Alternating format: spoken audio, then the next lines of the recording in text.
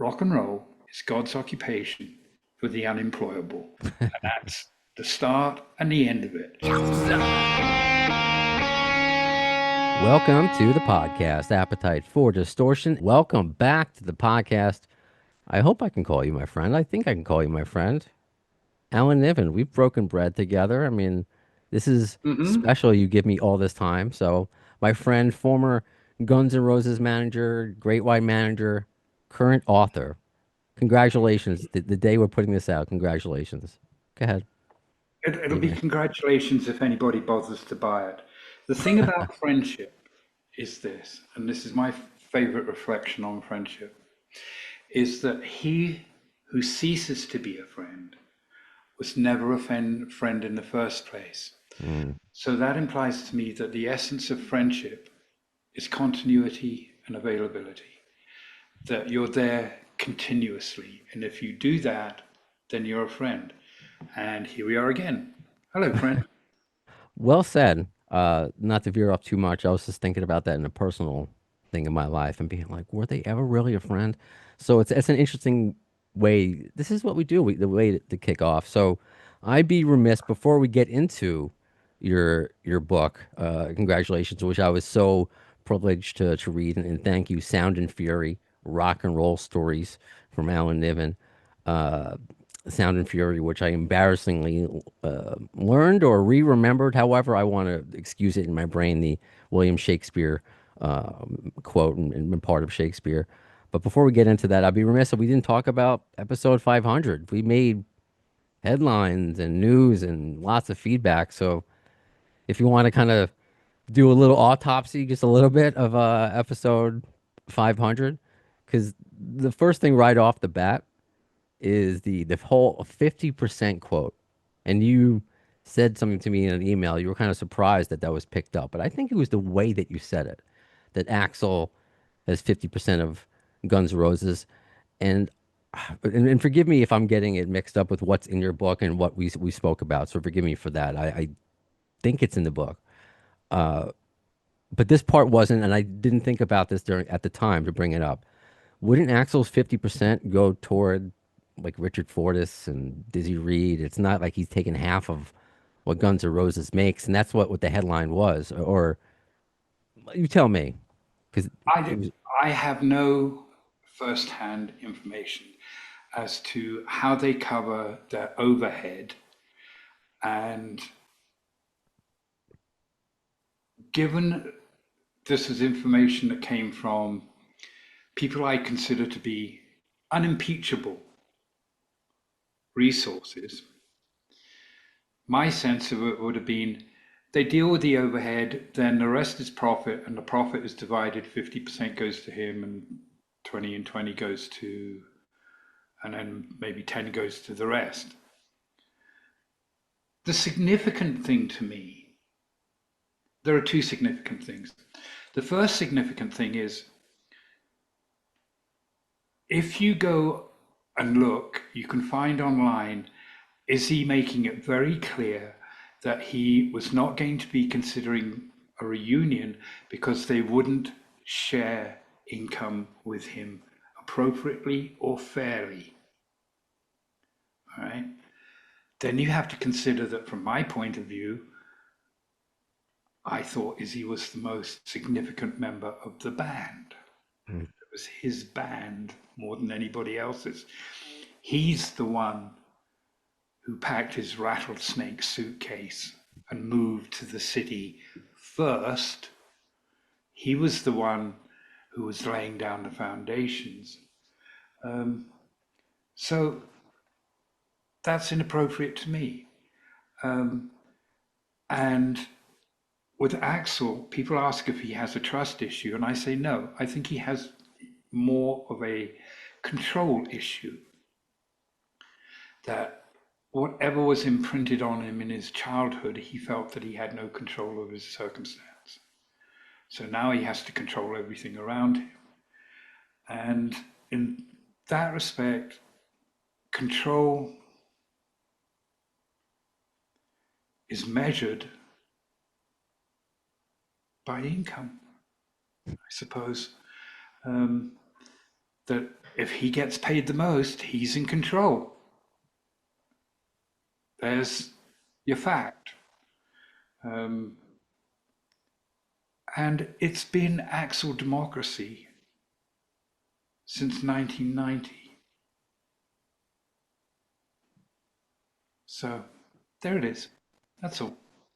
No, I completely understand and appreciate that perspective. And that's what I was really asking for because I think you used it more of however he does, and you never pretended to know. You're not on the inside. You're not the current manager. You know, you're not assuming anything. You're told a certain piece of information, and with that, that you're right. If it is control, but what I guess it is interesting when you do go deep into your relationship with Axl Rose in your book, and forgive me for not having that on display. You sent me a PDF. I will buy it when it comes out. When it's today, it's pre-ordered. I have to buy it, and I'm going to read it to Harrison when it's age appropriate. I don't know if he's Oh, ready for acid trips right now. We'll get to that.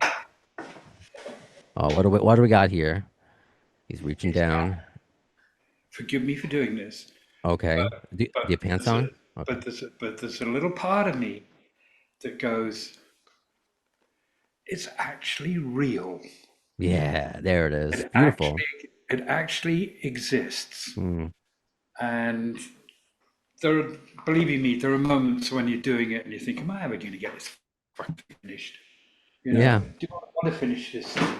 Is it worth finishing? Is there any point to it? Will anybody have the remotest interest in what you're writing? Mm. Does it matter? You know, you go through all that. But it exists now, and I have to say that there have been some very kind responses to it so far, which is good because I didn't want to write another rock and roll book. I don't like rock and roll books. They all have the same story arc: the deprived childhood, the indivisible young guns against the world, success, girlfriends, wives, mothers, power grabs, infighting, dissolution, and then recrimination and blame and finger pointing at the end of the book. It was all their fault, you know. And there you have it. There's all your rock and roll books. So the first thing I tried to do was avoid a chronological history or a historical chronology. That I think is the first fundamental mistake in writing about rock and roll is doing that. Because, you know, who cares about your deprived childhood in the East End of London? Everybody had one. Mm. I don't know. I enjoyed learning about your childhood. It was interesting where you kept it in the book, where you didn't Oh, do things. that's album notes. All right. And I love that. That's one of my favorite things. Exactly what you're describing. It's not in order, but everything you want is there. All And right. Here's the thing. okay. If you want the album notes, you have to buy the album. If you only buy the audio book, you don't get the album notes. Ooh, okay. Okay. So that's for people who actually buy the book as the album notes. And I approach this like a good record can sometimes be as inspiring as a good book. Hmm, So maybe if a decent book can be as good as a good record, that's the way to approach it. So each section, think of it as a track hmm, that can be freestanding, and you don't depend on the previous or the subsequent track to make sense of the track you're reading. They're all freestanding, like on an album. But if you do it cohesively, you have something that hopefully the needle drops in an A and comes out at Z, and there's a sense of continuity of idea and attitude and point of view. And eventually you go, oh, this record actually makes sense, or your book makes sense if you write it like a record. So I tried to write it like a record. And the other thing that was important to me was, and I was given a really good book at a crucial moment. And I read the really good book and I went, ha, they wrote it for the fan. What I'm doing, I need to do for the merely curious. hmm. I don't want to write for the fan, Fans know everything anyway. What I'm doing here is writing for the curious. Yeah, I heard about that band. What about that band? And they're standing in the airport in Cleveland and they notice the book and they pick it up and they go, yeah, maybe this will get me to Atlanta. That's who I want to entertain and get them to think, yeah, it was worth buying this book. I'm amused. You succeeded because as a fan and as somebody who's not, I've said this, and this is coming from somebody who's done over 500 episodes of a Guns N' Roses podcast. I don't know everything. I don't know every detail. I really rely on my listeners and the followers for that. So, as somebody who's somewhat of a mix of a diehard fan and a casual, I got what I wanted. And it also left me wanting more with certain stories. So, I found that also, because you find that with certain books, they beat it to death. You know, I'm somebody who personally probably over explains a lot of things. There was not a lot of, you were over explaining or just explained the right things. But I guess what you're going to do here on this interview and as you do more, hopefully, because we do deep dives on what is in that book. So to kind of circle back with Axel and what you think about in the childhood, and I understand that maybe it's not the healthiest of way if you're getting control through money, but learning about your childhood in the notes in the book portion of the book, if you do choose to get the audio version of it. And there's a recent picture that just came out, and he's got the biggest smile on his face. Is there any part of you like this guy survived something, or is it still like a business? Am I looking at that as a fan? Am I still looking at that as a fan? Because I look at him as like I have to You separate. mean Like he's Axel? yeah, Axel. All right, Like he, let's get something straight on about Axel straight away. First of all, I do not have a hatred for him. Um, some people say, "Oh, you must hate Axel." No, because one of the things you eventually learn in life is if you carry hatred for anybody, it's exactly the same as taking poison and expecting the other person to die. mm, It's entirely stupid and unhealthy. And I have not spoken to Axel since 1991. I don't know who he is today. I know maybe as much about him as the average fan. But this I do know. I have an empathy for him and I feel sorry for him. And I feel sorry for him because I'm aware that he had a rotten childhood. And he's got ghosts to deal with of his childhood. Then, after his childhood, he has to spend the rest of his life being Axel fucking Rose. And let me give you the clear perception I have of that. You wake up in the morning, and as you come to consciousness and you start to think about what have I got to do today? If I'm Axel, I'm thinking, am I going to leave the house today? Because if he leaves the house, he has to be Axel fucking Rose because the fucking world has taken possession of him. I mean, who owns who? He owns the world owns him. It's a devil's bargain. But the fact of the matter is that he has to go out there and be Axel every day. Even back then, I had a sense of preserve your anonymity because it is actually valuable. The vast majority of people go through life going, am I relevant? Am I known? Am I seen? Am I going to be anything? Do I matter? And they don't understand the value of anonymity. But if you lose anonymity, I'll tell you, you feel it and you notice it and you have to live with it. Now, I'm fortunate. I've got one foot in and one foot out. To a small, tiny degree, people recognize me here and there. Okay? I can deal with that. Most of the time, nobody knows who the fuck I am or gives a shit, which I really like. Okay? They don't bother me. That doesn't happen for Axe. He has yeah. to go out there and be Axel every fucking day. One of the things I admire most about Slash is that I think he has been incredibly graceful in having to be fucking Slash every day because he goes out there and everybody's pulling on his arm. Everybody wants a selfie. Everybody wants to say, I spoke to Slash. Everybody wants to say what Slash said to them.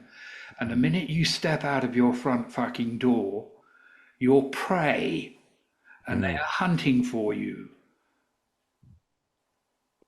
I don't have to do that. You don't have to do that. And I have an empathy for both of them that they have to go through life with that kind of profile because you have no privacy, you have no anonymity. And who do you trust? Well said. I mean, I really, as I get older, I look at some of the ways I used to, as the world treats celebrities, and you take a step back, and a lot of it is what you just said. You wake up and you have to sometimes choose whether to go outside, which Yeah. is just insanity to me. To Think, circle, think, think about that being your life, not for a month or two while you're on tour, but it's your life every fucking day. And I learned very early on that your anonymity is. I'd go home, this would be 1988, last millennia, last century. I'd go home and the then wife would be pissed off. There was people knocking on the door wearing leather jackets asking if Guns N' Roses lived here. Why are they coming and doing that? Why did they bother us here? I mean, that was back in 88. Can you imagine living with that from 88 to today? I It's no wonder people buy houses with walls. and I understand that as well, and it's scary because there you hear cases of stalkers. I mean, Axel's had Yeah. stalkers. You can look it up. So many, pop acts. I mean, you just hope it doesn't get dangerous, and they get an overzealous fan that wants a hug or something. But it is interesting, and I really do. I'm glad you brought up that perspective because that's something I feel, and as usual, I can't put it the same way that you do. And just so I say it here, and I said it in an email when I was finished with your book, as I knew, I had my thesaurus ready with just go googling what does that word mean. I'm like, man, it's just when Harrison learns to read, I'm gonna be really like. I mean, I read to him Cocoa Melon and like little Bluey. Once he starts to read, the Grapes of Wrath and going to school, I'm gonna feel so stupid. Anyway, it's point being well written, and we could spend so much time on Axel, but we're not going to. You don't want to. I don't want to this time. And people, and this makes me circle back at a point that I don't want to lose. Uh, Episode 500 and things that we're sharing right now, and I want to bring up. People were upset that I would share my life with you, and being like, "Shut up, we want to hear Alan." And Well, it's I know your reaction. It's no, people. how would we connect? How would we be here right now in this conversation right now if we didn't connect and we didn't have these kind of conversations on the air? And I connect to listeners, but I appreciate your immediate disgust because it No, wasn't but here's the many. point. Here's the point. People who say that they only want one half of a conversation probably haven't really thought through or have not participated in a podcast. And those who have not participated in podcasts, and I've done way more than I should have, but I find it hard to say no, partially because back in the day I said no to everything. I wouldn't do covers of magazines, I wouldn't do interviews. I would Right. look at a photographer and say, if you fucking take a picture of me, this is the last time you shoot the fucking band. Go look for pictures. You can't find them. I would, You're right. You can't. I've I done would, so many episodes in you promoting you. There are very few pictures of you. yeah. And I was really good at preserving my sense of anonymity. And there was also, the craft part of me that was going, once you know something too much, it loses its mystique. Don't let everybody in all the time. Because a little bit of mystique really helps what you're involved in. So don't let everybody in all the time was part of it. But here's the thing about podcasts from somebody who's been in a few. The podcasts that I enjoy doing the most are the ones that are conversations as if there was a kitchen table between us rather than a screen, which means back and forth. The measure in those doing the podcasts is in understanding how much back and forth works, and that's whether the podcast gets to 500 or doesn't get to 500. So there it is. If you're watching the podcast, you're looking to get a little bit of the conversational. And part of the magic of that, the conversational, is that that gets beyond preconception and preparation. You start to get to the spontaneous. When you get to the spontaneous, you're getting towards the profound and the honest. And a good podcast will do that. A bad podcast will go for 30 minutes, and the subject of the podcast will basically get out what they want to get out. And the guy who's conducting the podcast will say, well, thank you very much for being on for the day, and that's it. Something that goes a little long is actually worth it if you're into podcasts. And what I find fascinating is there are so many people who are really into podcasts. Yeah. Thankfully, yeah, I had no idea, and I've often told the story how I thought this idea was very stupid at the beginning. I didn't understand the power of podcasts, and everything has its own pocket of fans. And no, I appreciate you saying that. And it's how also it's because you're right. It is at a it's like a conversation at a kitchen table at a wherever we are hanging out. I want it to sound like where we're hanging out, and you're getting a classic gentleman from the UK, and you're getting a very hyperactive, talkative person from Long Island. Occasionally, I apologize if I interrupt, but sometimes I think that's how conversations go. It's natural. Because It's that, not because that's how it goes in Long Island. Long Island. Uh, well, now I'm a part of Queens. I'm a part of Forest Hills. I'm aware I'm the Ramones. That's where I'm from now. Uh, there's so many things in your book to talk about, and I love it because it's not. People need to understand. Obviously, if they listen to this podcast, that we love Guns N' Roses. You're doing other podcasts that don't deal in GNR. But one of the things I wanted to talk about was Jack Russell. Obviously, you spend a lot of time talking about and writing about your time with Great White and your feelings on just everything. And I appreciate you being so open about it because did you try? Because I know this book was a challenge for you. Was there any sort of like, I wish Jack read this, was around to see this? Because I know it was a good relationship at times, but it was also a bad relationship at times. Do you wish he was here to read it? Well, no, he doesn't have to read it, and I don't have to read his book, because for the last few years of his life, we talked regularly on the phone, and I would not write in a book what I would say to Jack. I mean, there was no filter between the pair of us, no filter at all. Um, and that was one of the reasons why we loved each other and why our friendship survived everything, including him having an affair with my first wife for 13 years, that we could actually laugh about that at the end of his life. Um, because what mattered was our friendship and our connection and what we did together and why we did it together. And that's what mattered to both of us. Um, I spent an awful lot of time helping the person who wrote his book. There's nothing in my book that I would feel, oh gosh, could I read this to Jack? No, if Jack read my book, he'd have done this. Phew, dude, stuff you could have said and written. Thank God. I mean, dude, you let me off the hook. I guess because I found The, it. the thing about Okay. here's the thing about writing is if you have the presumption,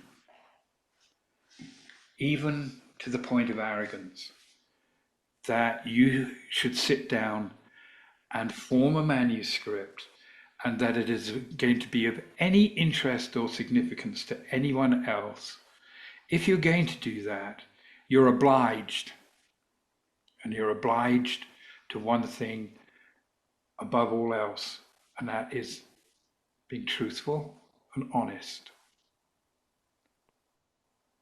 Yes, you. Yeah, that's Okay, you get honesty now, from Alan Niven for sure. now, Mick Wall is about the only person who writes a rock and roll book that I can read. And Mick sent me a message. He's going, "Well, welcome to the Authors Club." That's nice of him. Well, obviously, I go back and I go, I know you do. what, Sorry, you know that I'm a what, little chapped at our yeah, internet life. what the fuck are you talking about, Mick? You are at the apex of this activity. You are the best at doing it. And I am merely a temporary, enthusiastic amateur. And that's it. He comes back and he says, you don't get off that easy. Welcome to the Authors Club, and it's a curse.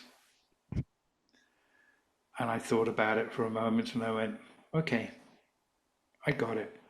The curse is that you're obliged to the integrity of honesty, and not everybody wants to hear it. That's true. So that's the curse.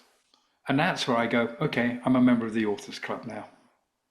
But One you've book. always, I think, a little different, and maybe GNR fans will respond. And I know your relationship with Nick goes back for a while, goes back a long ways.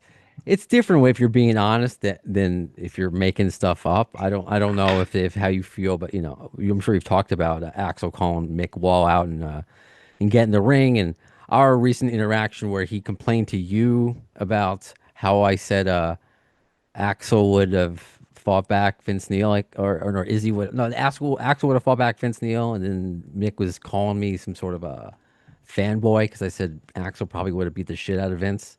He's like, no, he wouldn't have.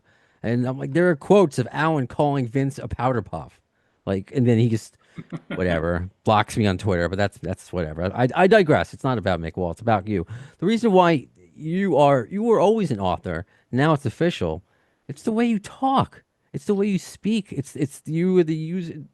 You have a natural gift, and I'm so glad that you were able to Well, put it out there. that's very kind and very generous. Um, I have been asked the question by those who review books, how did you develop your voice? Which obviously to a certain frame of mind that I sometimes have is a ludicrous question. By talking Right. is how I How else? but you take the step with them and you go, okay, I understand what you're getting at. And let me explain to you that I think that writing songs really helped me writing pages Hmm.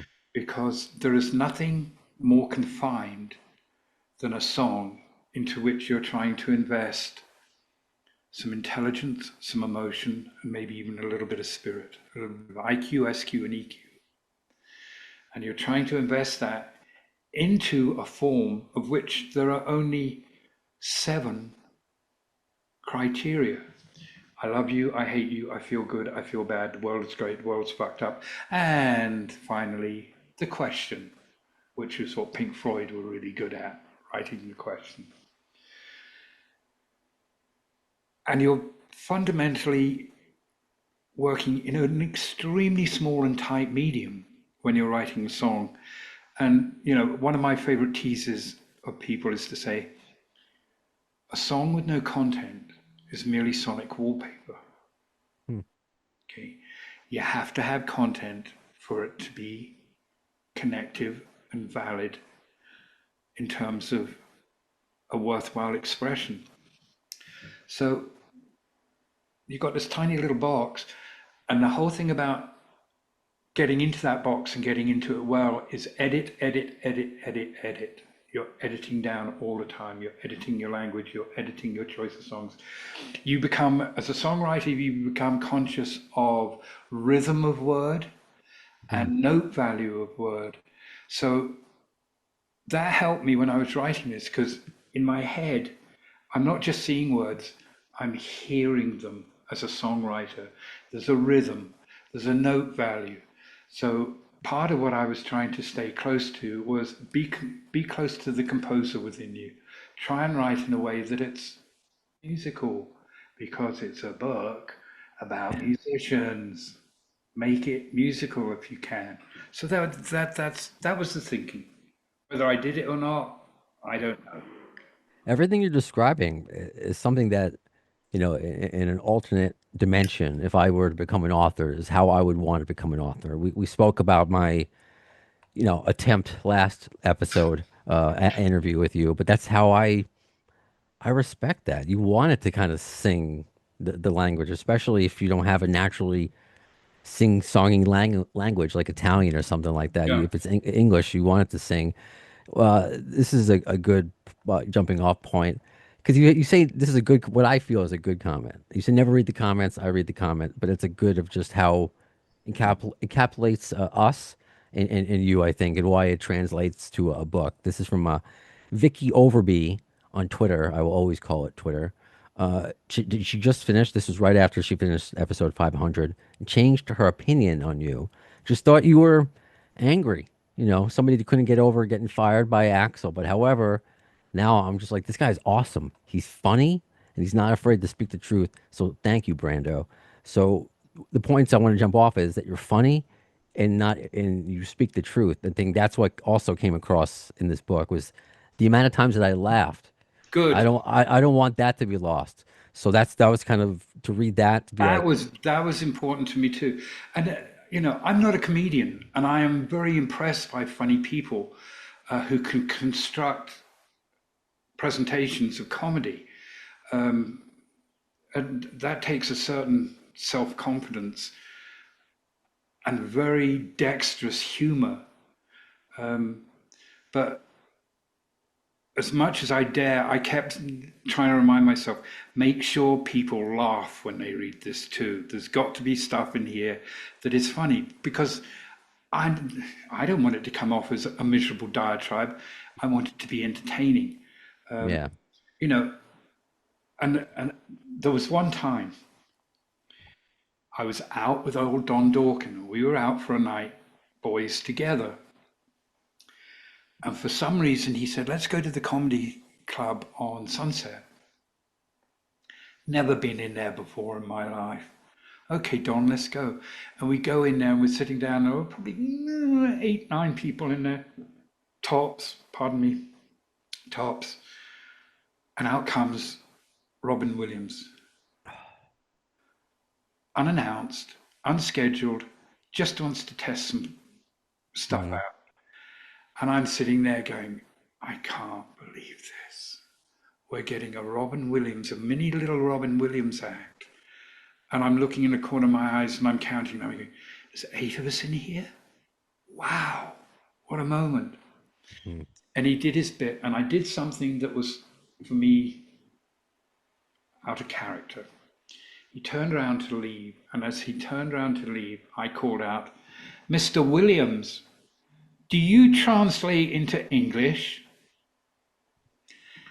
And he froze like this, literally like this, stood there like like this, like Running Man. frozen, not moving. Came back to the microphone, and then there was another 20 minutes of English jokes. It was fucking brilliant. But that's he I think is actually the most extraordinary talent as a humorist that I know. But to get back to the book, I was in my own way trying to make sure that people laughed as well. And that's a lovely quote you read because, as I point out at the end of the day, there's a lot that went on that wasn't good. A lot of things that were done that were malicious in my direction. I have every right to Right. carry an anger, but I won't because at this point of my days and life, and you tend to get a little bit reflective when you're Yeah. not 27 anymore. I look at it and go, fuck me, what a fucking amazing ride I've had. What a fucking incredible life I've led. And Oh I'm yeah. glad where I am today. there's a part of me that goes, if we'd got richer, I might have ended up drinking myself to death years Mm. ago and being a drunken asshole instead of somebody who's pleased to have a sobriety. And I'm pleased to looking back and going, yeah, we did some things that were worthwhile. Yeah, there are a lot of negatives. Who does not have a life that does not have rainfall into it? And at the end of the day, what I finally come down to, Brando, is it's a fucking privilege. Because when I step out of here today and I go and have my breakfast, and some fucking moron in an 18-wheeler doesn't see me step off the curb and squishes me across his truck, while I'm lying there on the curb, I'll go, you know, I didn't have to wonder what would it be like to do this or to do that or to see that or to go there or to have this happen. Yeah, no, as macabre as that might be, I understand. I kind of to talk about myself. I feel that way about having a son. I'm like, all right, well, if I die tomorrow, at least I did something. Yeah. It's, I feel that. So I Oh, completely. at the end of the day, I mean, I think pretty much on a global scale, as a species, we fuck up on two things constantly. Just two. Two major ones. That for me, if we altered these two circumstances, I think we would have a much, much better world. One is the treatment of women, Agreed. and two is how we raise our kids. Mm, If agreed. we did those two things better, what a great world we would have. In that November the 11th, 1918, is the end of the war to end all wars. Imagine if we had never manufactured another weapon, another bullet, another bomb, another means of destruction from that year, 1918. Can you imagine how wonderful this planet would be at the moment? That all the money that has been spent on fighting and destruction was actually put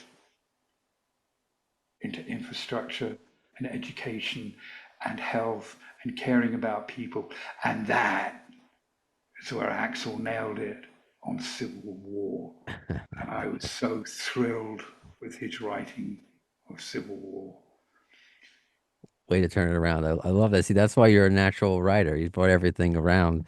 Uh, you are you are so right about everything. And you know what? This is makes me think of a story. I don't think I brought up last time. And considering the source, you'll probably say it's bullshit. I was once told by by Doug that early on that you had tried to give Axel lyrics on a bus. He threw the lyrics out of the window because you come from Great White. You were Great White, and he's like, "You're not my Bernie Taupin," and that was like kind of one of the first cracks. I mean, so many who's still writing lyrics, albeit in chapter form to this day, who have written hits and music. Is that something you tried to do at the beginning of GNR, or is that a completely fabricated story? It's an abused story, which is typical of Douglas. And if you bring him up, I suppose we Only have time, only time, only time, I promise. to bring him up. Only time, I swear. It's an abuse story. Um, on, and I'll give a caveat to this too, is, and on the first level, I was not going to compromise my relationship with Great White. And my relationship with Great White at that point had become fundamentally creative. Okay. And I was concentrating on Jack's persona. I was concentrating on the development of the band. I was concentrating on moving on from being a wannabe Judas Van Halen. All right, and I knew where I wanted to take them, and I knew where we could go, and I knew it would work because I'd been around them for 5 years. All right, so you're around somebody for 5 years, you go, yeah, I think I've got it now. So that's one. I was not going to compromise my relationship with Great White. Secondly, Axel was not Jack, and Jack was not Axel. Axel didn't need anybody to write for him. When I got my demo tape and listened to the songs on there, I called Zoot out, and one of the weakest performances on the tape was, to me, one of the most significant songs. And I made a point of telling Zoot out, keep an eye out for this song. We've got to watch for this song. This song's an important song. It's a good song. It's an important song. It's not the best on the tape, but it's going to be an important song if we get it. Want to guess? Yeah, do I want to guess? Sweet Child of Mine? No, Welcome to the no, Jungle? no. Welcome to the Jungle. Okay. Sweet Child of Mine is just another fucking love story. I mean, you know me well enough that the songs that I really attune to are the question songs. Civil War, Jungle. Okay. I was Those are something else to bring up because I'm really trying because the comments got to me last time just to let you breathe it out. Breathe it out. I'm like, oh, should I ask what song or is he gonna tell me? So yeah. welcome to the jungle. So this is me just sitting So back anyway, and listening. so anyways, where were we? What the fuck were we talking about? Oh, Uh lyrics in mm, buses. correct. The last show that we did with the cult was in New Orleans. We had a long ride home from New Orleans to LA in the bus. That's a 24-hour drive, if I remember. Anyway, I have a memory of West Starkeen being on the bus in a nightshirt and a pair of cowboy boots and being really fucking obnoxious and annoying, and someone that I was really tempted to push out of the bus in Texas and let him find his own fucking way home because he really was obnoxious. I Oh, was poor never West. a big fan of West Arkeen. Uh, And I remember him making some sarcastic remarks about Great Whites rock me.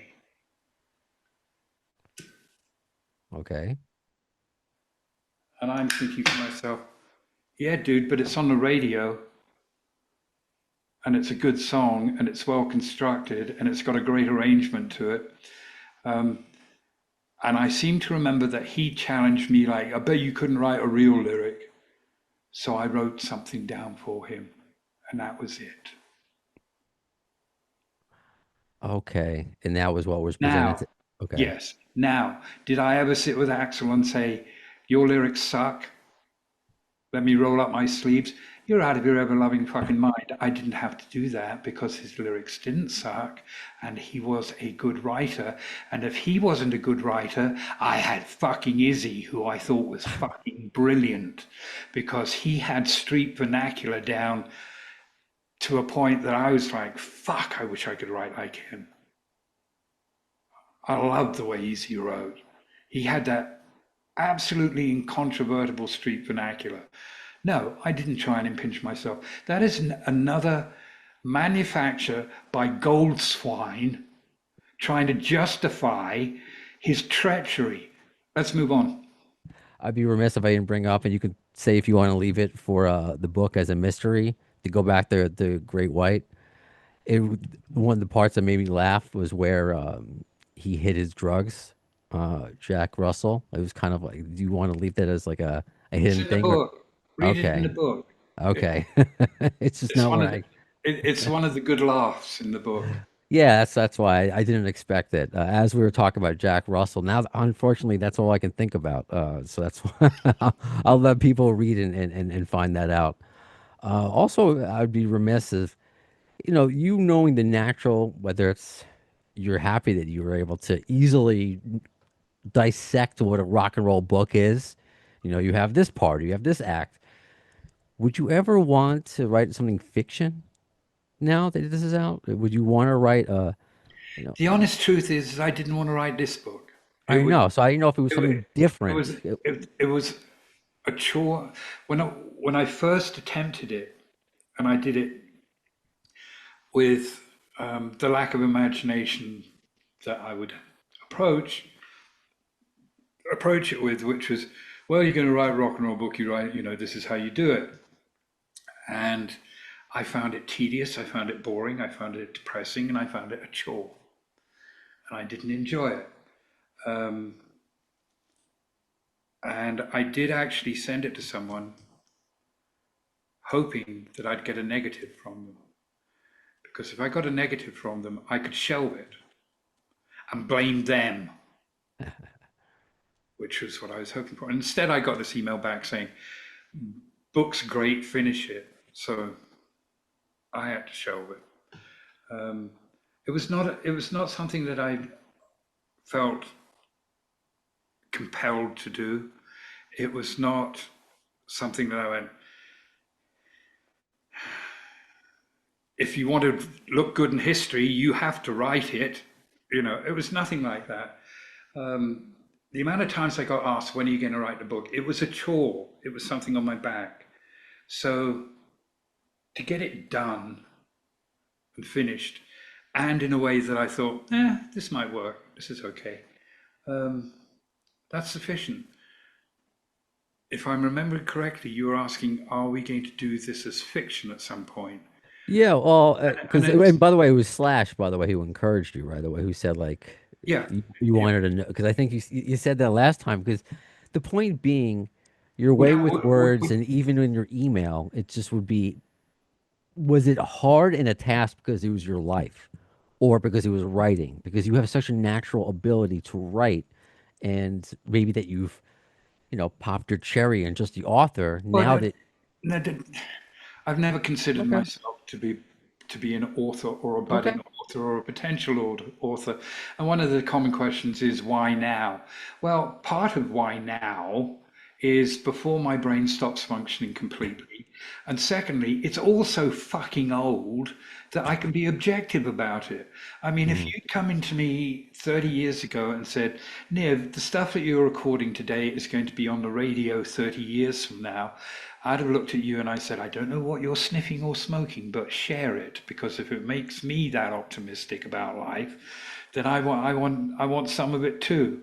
I mean, there was no way back then that we thought that the Rolling Stones would still be touring in their 80s.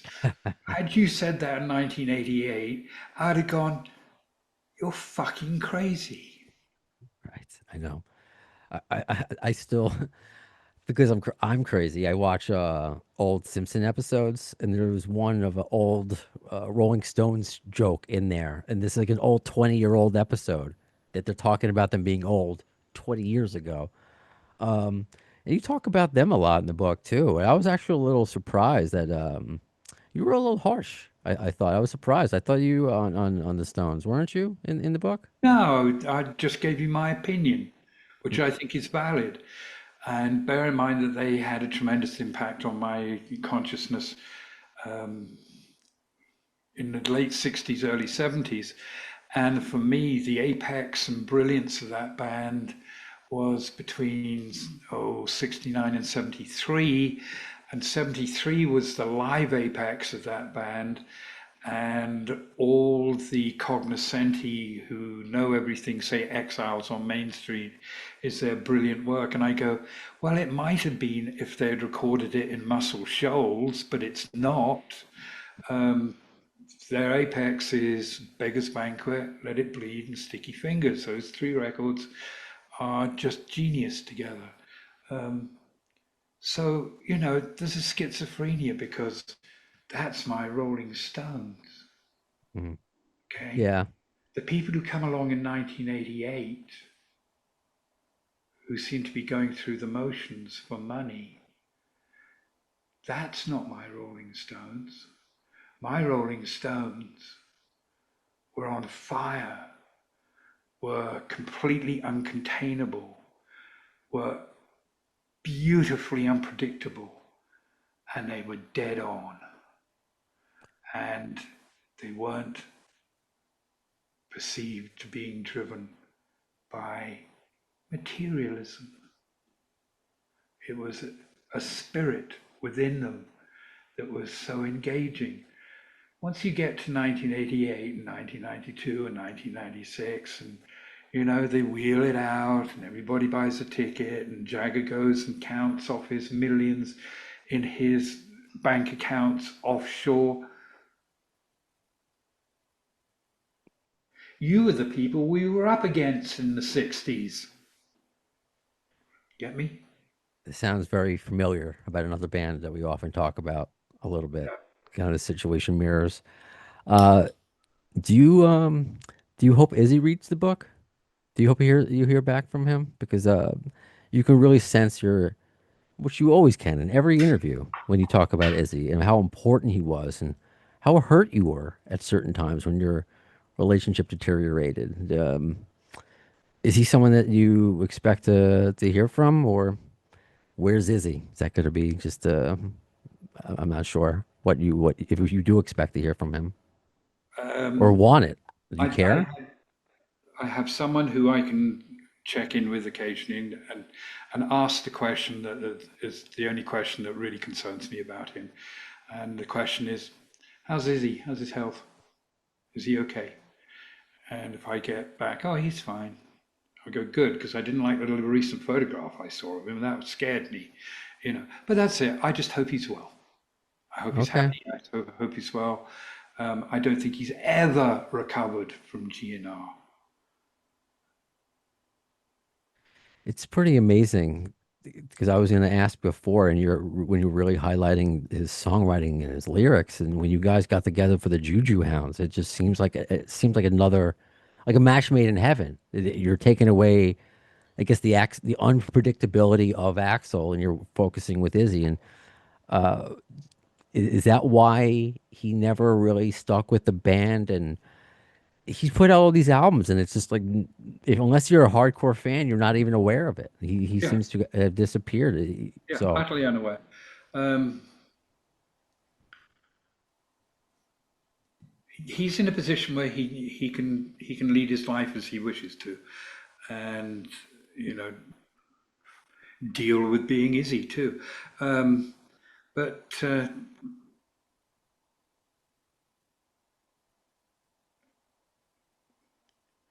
there's a curiosity there because I think there was a tiny part of Izzy that really did want to see if he could be really successful. But when he was really successful, it didn't work for him, and he wasn't happy with it. Um, not a dress rehearsal. We all go around once. He can live off his royalties. He can have a tour bus and go driving into the desert when he wants to. Dude, well done. That's your life, and you're happy, and you got your dog Treader with you. Good. I found it interesting because I spoke to Bernard Fowler.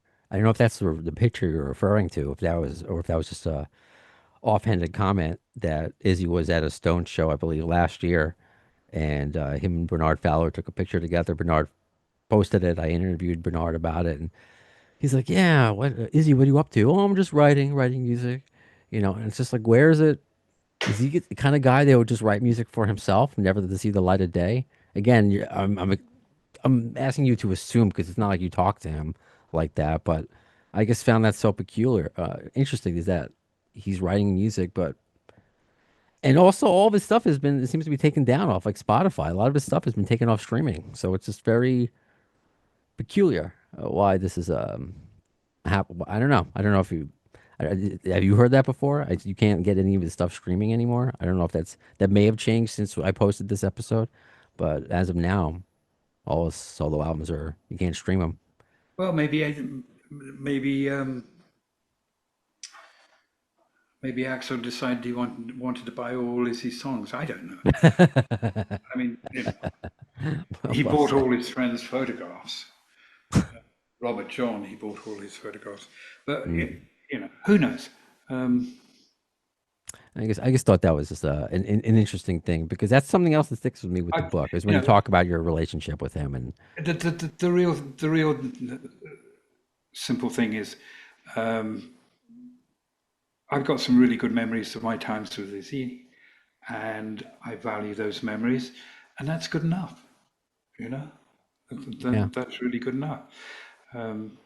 I have good memories with anonymous people. That's good enough too.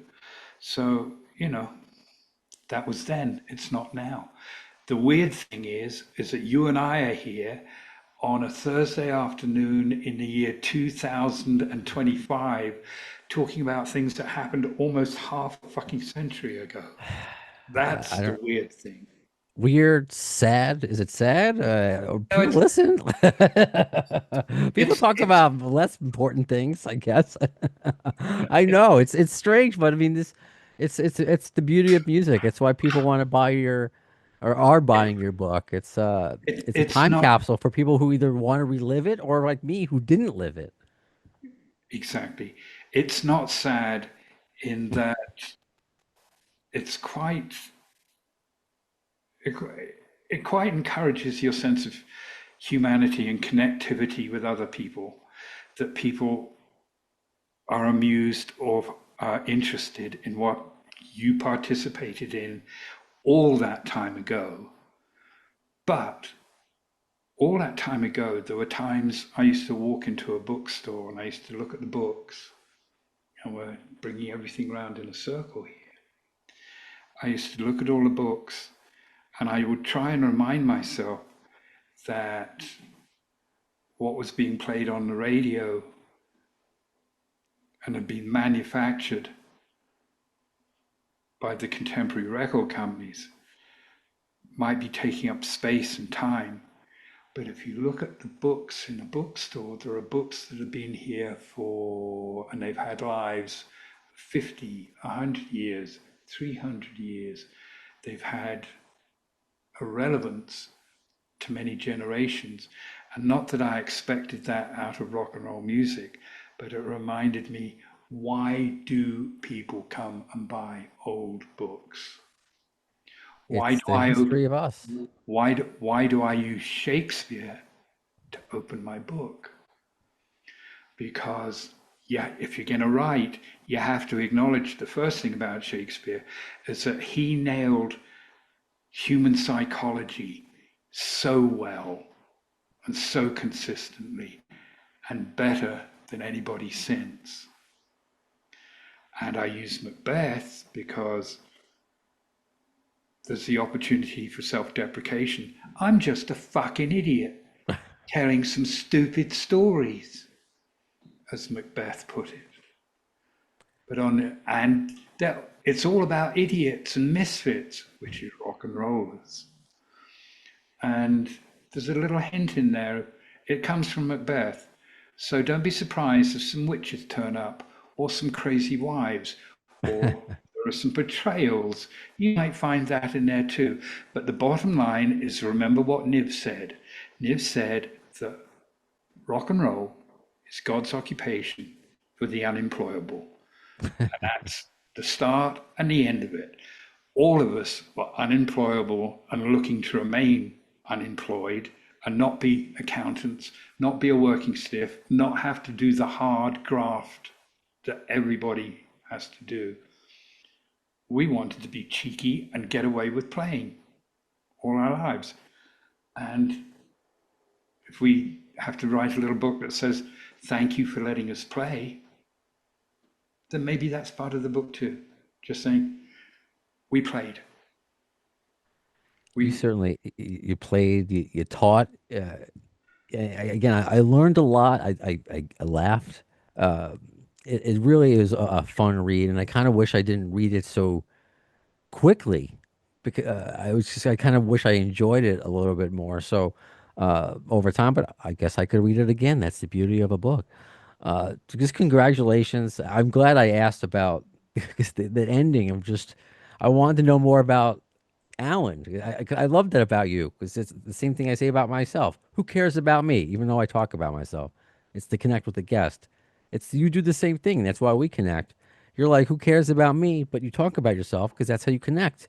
And so to learn about your family, to have just chapters on doing acid, is something I can only experience through reading. I've never tried acid. I'm not going to try anytime soon. So I appreciate the insight of what it's like to You're too do. old for it.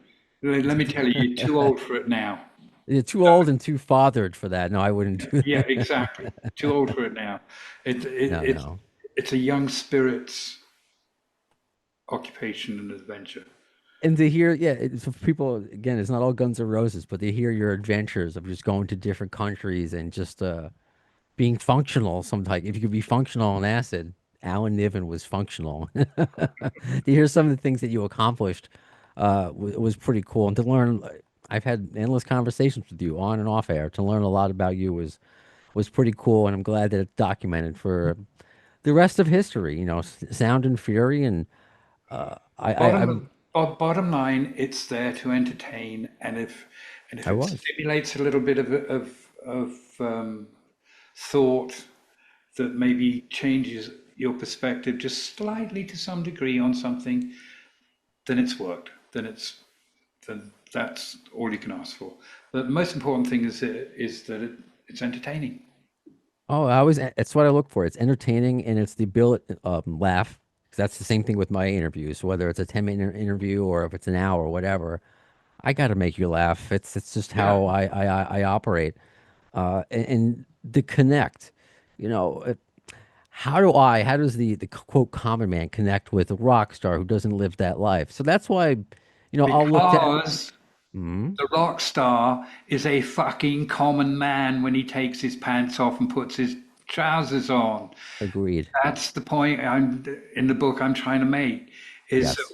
is that we are all common men, and perhaps we might have got ourselves into some extraordinary circumstance, but we all make the bathroom smell the same way.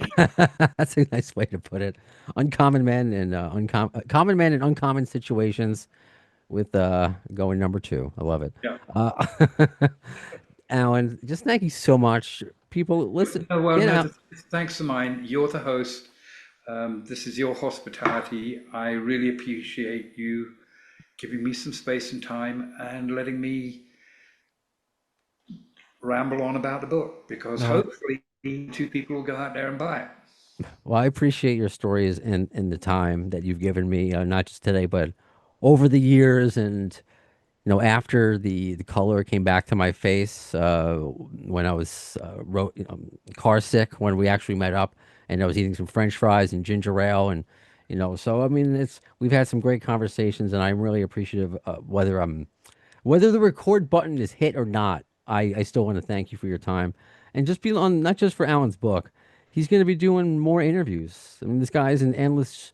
Yeah, I know his book is done, but his jukebox is endless. So more stories. Go listen to more interviews that Alan does with other podcasts. Believe you, Uh, believe you me, I am very aware of the fact that there's a little bit of a bump at the moment because of promoting a book. And believe you me, once we go Normal. that hump, I am going to make sure that I'm disappearing, not around, and annoying people anymore. Enjoy Alan while you can. Uh, All right, listen, you have a wonderful day. I'm going to go and get breakfast. You got it. So that does it for this episode of Appetite for Distortion. When will we see the next one? In the words of Axel Rose concerning Chinese democracy, I don't know if soon is the word, but you'll see it. Thanks to the lame ass security, I'm going home.